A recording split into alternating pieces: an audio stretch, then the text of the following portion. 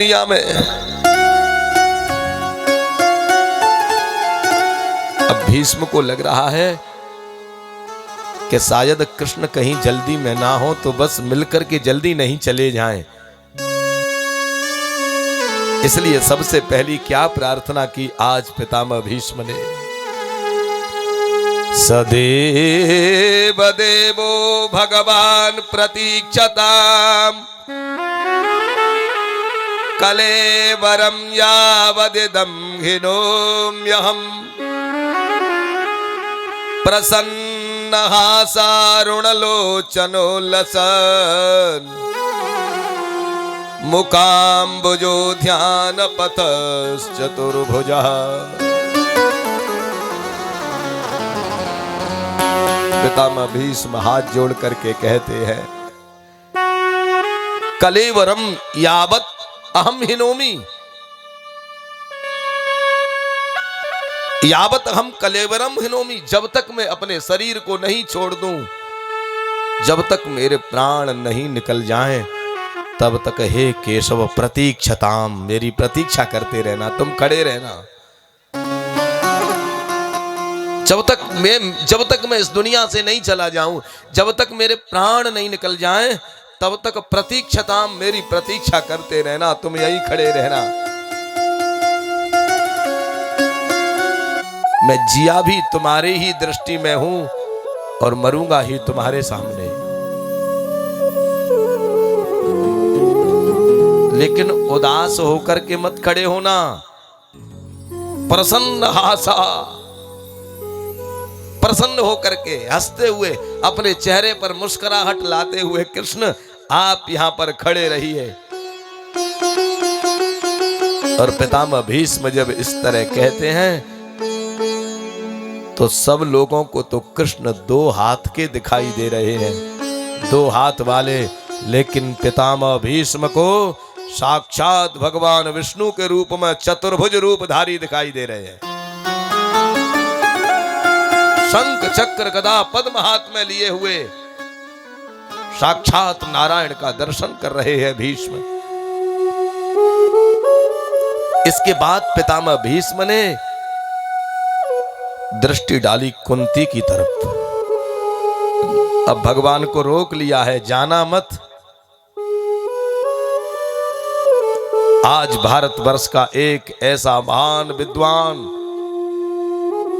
आज भारतवर्ष का एक ऐसा शास्त्रवेत्ता जो बाणों पर टंगा है फिर भी उपदेश दे रहा है।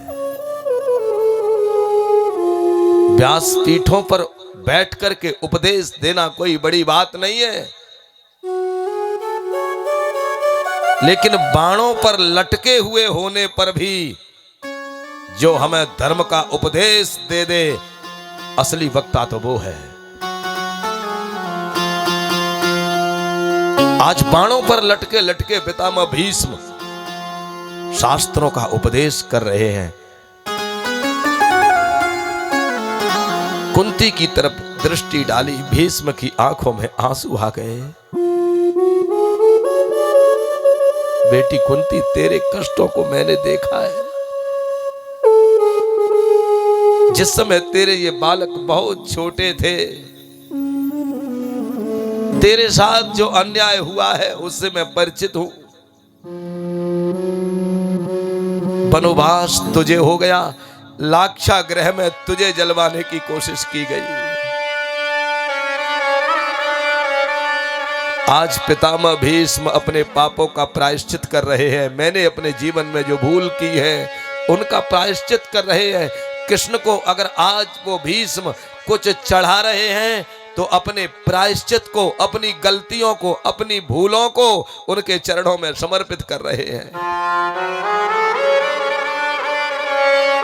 और सज्जनों ध्यान देना, भीष्म का ये चरित्र पूरे भारतवासियों को संकेत कर रहा है, मरने से पहले पहले अपनी गलतियों का प्रायश्चित कर लो।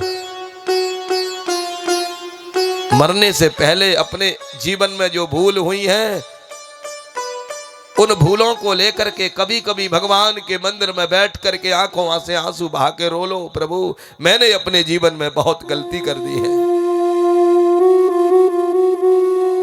भीष्म को पता है कि बस थोड़ी ही देर में मैं अपने प्राणों को छोड़ दूंगा,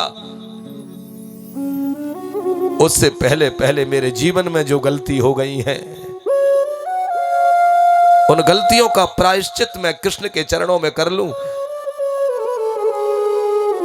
इसलिए कुंती से कहते हैं तेरे कष्टों को मैं जानता हूं, इन पुत्रों को तूने कैसे कैसे पाला है,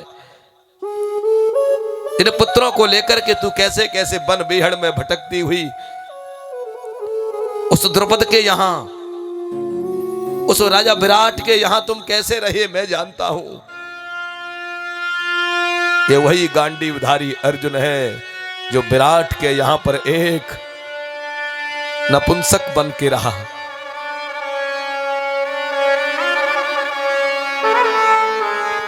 इस भीम के बल से मैं परिचित हूं, जिसने रसोइया बन करके विराट के यहां भोजन बनाना बन करके अपना जीवन बिताया। बेटी मुझे क्षमा कर देना। आज राजधर्म, मानव धर्म,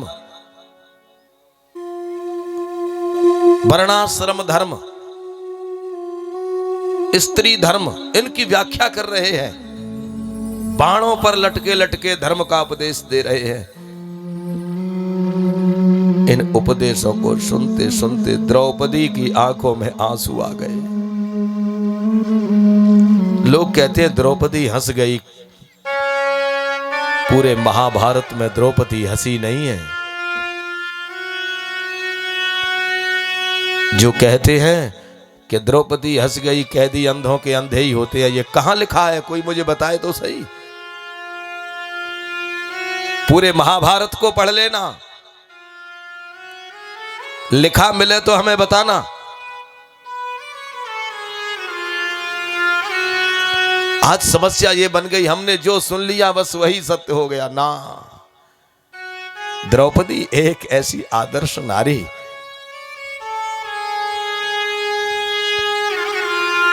द्रौपदी हंसी नहीं है, वहां भीम हंसा है। जब दुर्योधन को जल की जगह पर धरती और धरती की जगह पर जल की भ्रांति हुई है, वो सुधर्मा सभा में वहां भीम को हंसी आई है। वहां पर और अन्य स्त्रियों का वर्णन हो सकता है, लेकिन द्रौपदी का नाम नहीं है। और यहां पर भी जब पितामह भीष्म धर्म का उपदेश दे रहे हैं तब द्रौपदी हंसी नहीं है, द्रौपदी बिलबिला करके रो पड़ी है। पितामह भीष्म कहते हैं बेटी द्रौपदी क्या बात है, तू क्यों रो रही है? द्रौपदी कहती है पितामह आज तुम धर्म का उपदेश दे रहे हैं, लेकिन जिस समय भरी सभा में वो दुष्ट दुशासन अपनी हाथों से मेरी साड़ी को खींच रहा था, उस समय तुम्हारा ये धर्म का उपदेश कहां चला गया था? मैं अपनी इज्जत की भीख मांग रही थी, उस समय तुम्हारा ये धर्म कहां गया था? भीष्म कहते हैं बेटी बिल्कुल सत्य कह रही है तू। उस समय एक बेईमान दुर्योधन के अन्न को खाने के कारण मेरी बुद्धि भ्रष्ट हो गई थी, क्योंकि अन्न से ही रस, रक्त, मांस, मेदा, मज्जा, अस्थि, शुक्र ये 7 धातु बनते हैं। आप जैसा अन्न खाओगे वैसी 7 धातु बनेंगी और उसी अन्न का वो असर सप्त धातुओं के माध्यम से मां के गर्भ में जाकर के बालक बन करके जन्मता है। जायते तादृशी प्रजा, जैसा हम अन्न खाएंगे वैसी संतान पैदा होगी, और वैसी ही हमारी मति, वैसा ही हमारा मन बनेगा। आहार शुद्धौ सत्व शुद्धि, सत्व शुद्धौ ध्रुवा स्मृति, स्मृति लंबे सर्वग्रंथि नाम विप्रमोक्षा। इसलिए जीवन में आहार की शुद्धि करनी चाहिए। आज अगर देखा जाए हमारे बालकों की बुद्धि क्यों विकृत हो गई, आज हमारी संतान का वो बौद्धिक स्तर क्यों गिरता जा रहा है? खान पान के कारण। आप तो उम्र में हमसे बड़े हैं, आपने उस समय को देखा है जहां पर शादी विवाहों में भी धरती पर पट्टी बिछा करके पत्तल में और मिट्टी के कुल्हड़ और सकोरे में भोजन खाते थे। वो समय आपने हमसे ज्यादा देखा है। आज कहां गया वो? आज अगर आप अपने शादी फंक्शनों में बफर नहीं करोगे तो समाज के लोग तुम्हें जिंदा नहीं जीने नहीं देंगे।